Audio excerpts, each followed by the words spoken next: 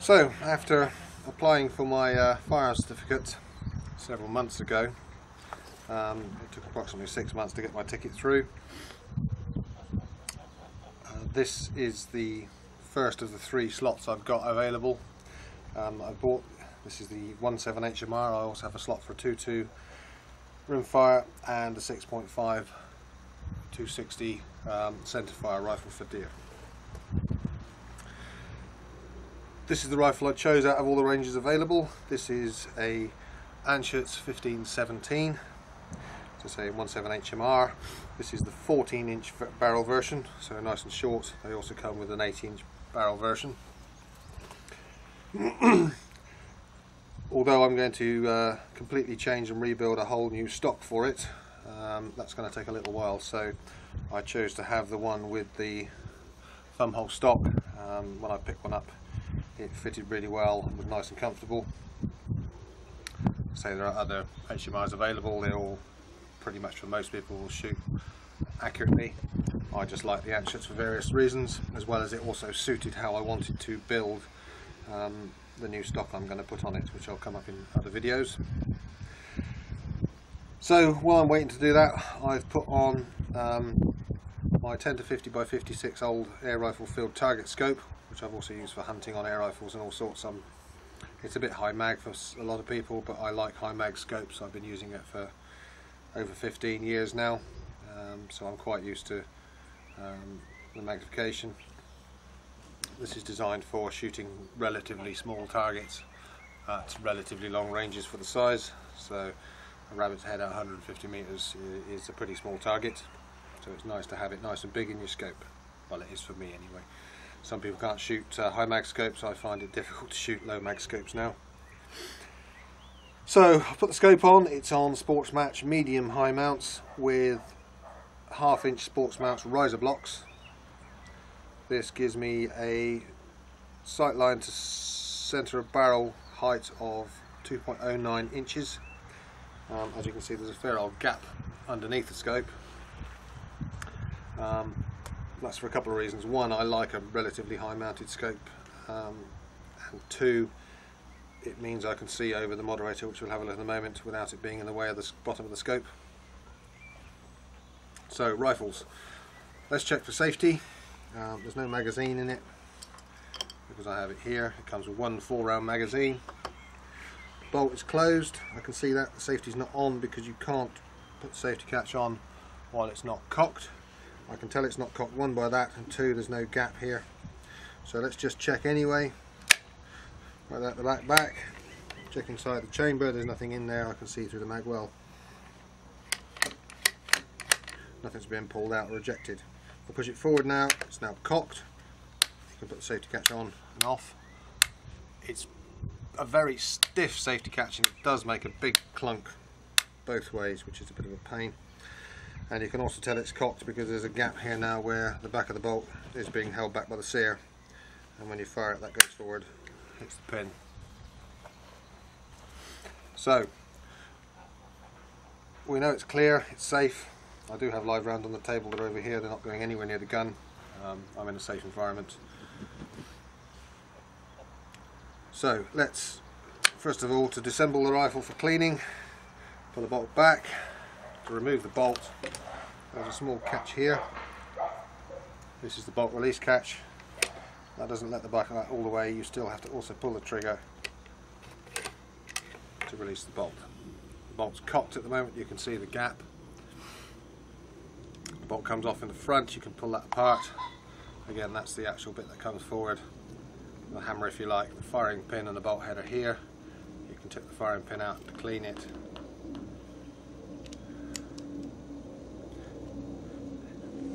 Reassembly in reverse. Again, put it back in.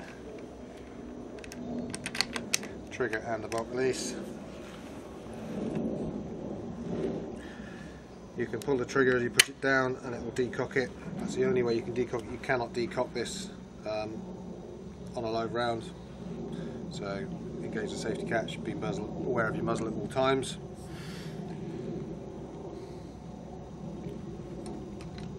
So short barrel, it's handy, fits in small spaces, shoot out a car, we do quite a lot in England, etc. I just don't see the point of having an overly long rifle for swinging about. It's just a nightmare in bushes, brambles, fences, hedges. So again, personal preferences.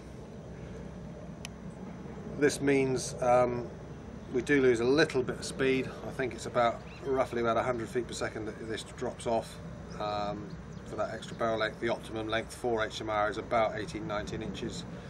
Dropping back to 14 loses you about 100 feet per second, so not a lot, to be honest. Certainly not making any difference at 150 meters. But to tame that down, because it does make a big bang, with a moderator, again, in England you need a slot to be allowed to buy one of these.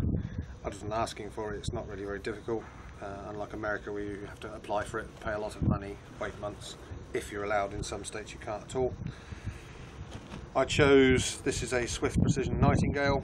After watching Richard Hutton's video on different ones, he seemed to have done a fairly comprehensive test. I can't get hold of lots of moderators. Again, you need them on their slots, and to be able to swap them around, it's virtually impossible to test and play with different ones and choose one. So on his recommendation on that video, I've gone for one of these. They're about 130 quid.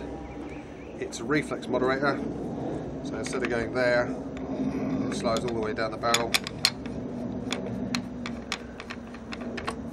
and only adds about an extra 4 inches. So now this is about the point where you'd have it on your 18-inch barrel Anschutz, the muzzle would start. It's 1.25 inches in diameter.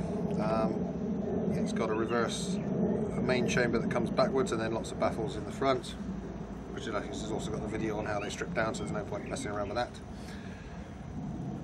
And as you can see now, the bottom of the scope just about clears the top of the moderator. So although the sun's coming from behind me, there's a bit of glare. You get glare if you use lamps, etc. I've also made a neoprene cover for it. This is a Jack Pike double-barreled shotgun barrel neoprene cover. They normally come in 30 inches or whatever for your shotgun. You can cut them down to length, although you will have to re-stitch before it unravels, or you cut it to stop it coming apart, and that fits pretty well over here. I think this is rated to about 5 centimeters, so that should go up to about 2 inches well if you wanted a slightly bigger moderator. The single barrel version would probably fit on the main barrel here if it was if there was enough clearance in there to free float it. This protects the muzzle, the moderator, from being bashed, scratched, etc. It stops the glare, and also if you've got a tinny moderator, it should help reduce some of that tingy sound from coming out, because obviously neoprene is a sound insulator as well. Moderated and unmoderated is a big difference. You lose all the big bang from the explosion coming out, that comes out the barrel, but you don't lose the crack from the supersonic bullet. So it's not fully silenced, it's moderated. It's definitely worth doing because it is a loud bang. You could probably get away with a few shots without ear defenders, but with the moderator on, the crack's perfectly acceptable, but it's definitely not silenced. Other modification, the Anschutz comes with sling swivel studs in the pack but not fitted, so I fitted the front one only, so I can put a bipod on. I like a bipod so I can put the rifle down in the field to deal with a rabbit that I've shot or whatever without having to lay it down in wet grass or anything. I don't like having slings on rifles particularly, and again, bending down while you've got a rifle slung swinging about can always be a pain. So generally my bipods are just there to put the rifle down on. I very rarely shoot off the bipods unless I'm bench resting for zeroing, etc. I generally shoot in the field off of sticks, which I find a lot easier and quicker. The Anschutz, or Anschutz only make for any of their HMRs, a 4-round magazine, which is a bit of a pain in the arse. A few more would be nice if you can do lots of rabbits. Also, when you're tipping out your HMR rounds, it's easy to slide off and tip 5 out at a time, so it's a bit of a pain to then put 1 back, and then the next one you've got to put 2 back until you build up a spare 4. Slight modification on this one I've made means I can now get 5 rounds in here comfortably as far as I'm concerned.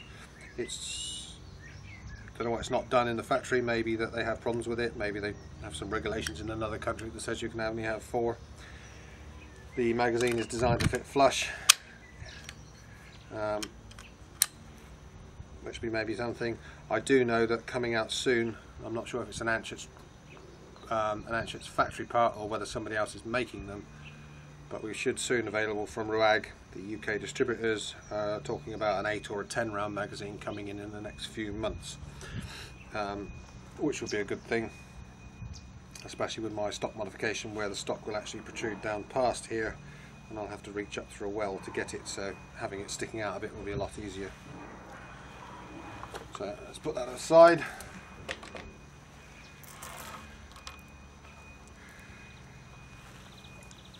The modification I've done to get 5 rounds in here is very simple. It took me a minute or two, most of that taking it apart and put it back together, although I do have a grinder which makes things easier. You'll need to be able to strip these magazines down to clean them. They do get covered in gunk when you fire.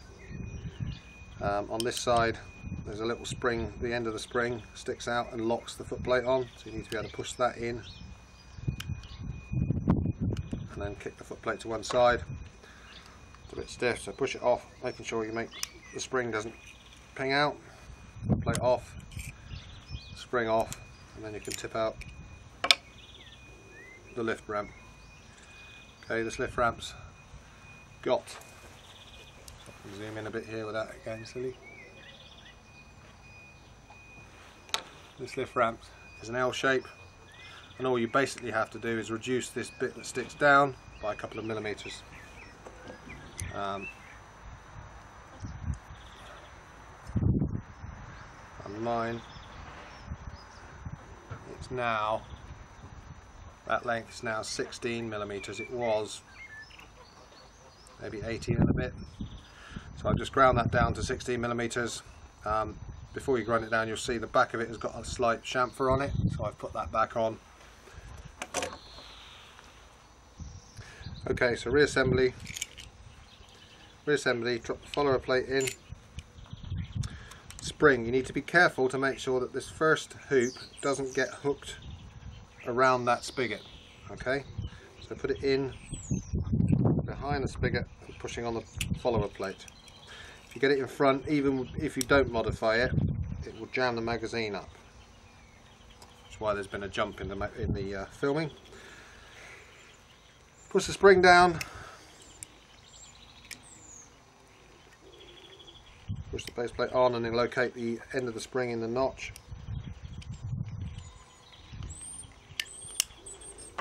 There we go. Follower plate's fine. Now 1, 2, 3, 4,